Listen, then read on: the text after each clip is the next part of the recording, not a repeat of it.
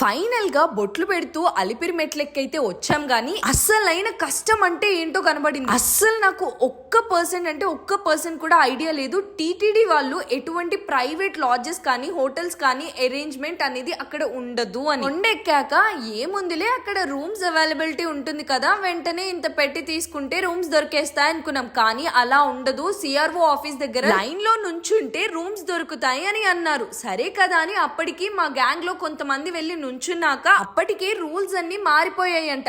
కేవలం ఫ్యామిలీస్ కి మాత్రమే ఇస్తున్నారు, ఎటువంటి బ్యాచిలర్స్ కి అసలు రూమ్స్ అనేవి ప్రొవైడ్ చేయట్లేదు అన్నారు. గ్రూప్ ఆఫ్ ఫ్రెండ్స్ కానీ కజిన్స్ తో కానీ వెళ్ళినప్పుడు డెఫినెట్లీ మీరు రూమ్స్ కోసం చాలా ఇబ్బంది పడతారు. బిఫోర్ గోయింగ్ నేను ముందే మీకు ఈ ఐడియా ఇస్తున్నాను, అక్కడ రూల్స్ అన్ని కూడా మారిపోయాయి.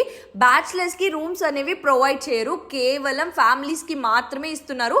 దట్టు క్యూలో నుంచిన తర్వాత 3 hours కి మనకి రూమ్ అలాట్ అవుతుంది. లక్కీగా మీకు ఒకవేళ ఓటీపీ టైంకి వచ్చినట్లయితే మీకు రూమ్ అలాట్ అయినట్టు. అది కూడా రాలేదంటే ఇంకా ఉన్న హోప్స్ కూడా వదిలేసుకోవడమే. కానీ నాకు మాత్రం లక్కీగా దేవుడు నా కష్టాన్ని చూసినట్టున్నాడు. అక్కడ నుంచి మళ్ళీ ఇంకొక ప్లేస్ కి వెళ్ళి రూమ్స్ కోసం సర్చ్ చేసి రిక్వెస్ట్ చేస్తే కేవలం 2 hours మాత్రమే రూమ్ ప్రొవైడ్ చేశారు. దట్టు ఫ్రెష్ అప్ అవడానికి. ఫ్రెష్ అయ్యి వెళ్లేసరికి పొద్దున 7 కి చెక్ ఇన్ అవ్వాల్సిన వాళ్ళం సాయంత్రం 7 కి చెక్ ఇన్ అయ్యాం.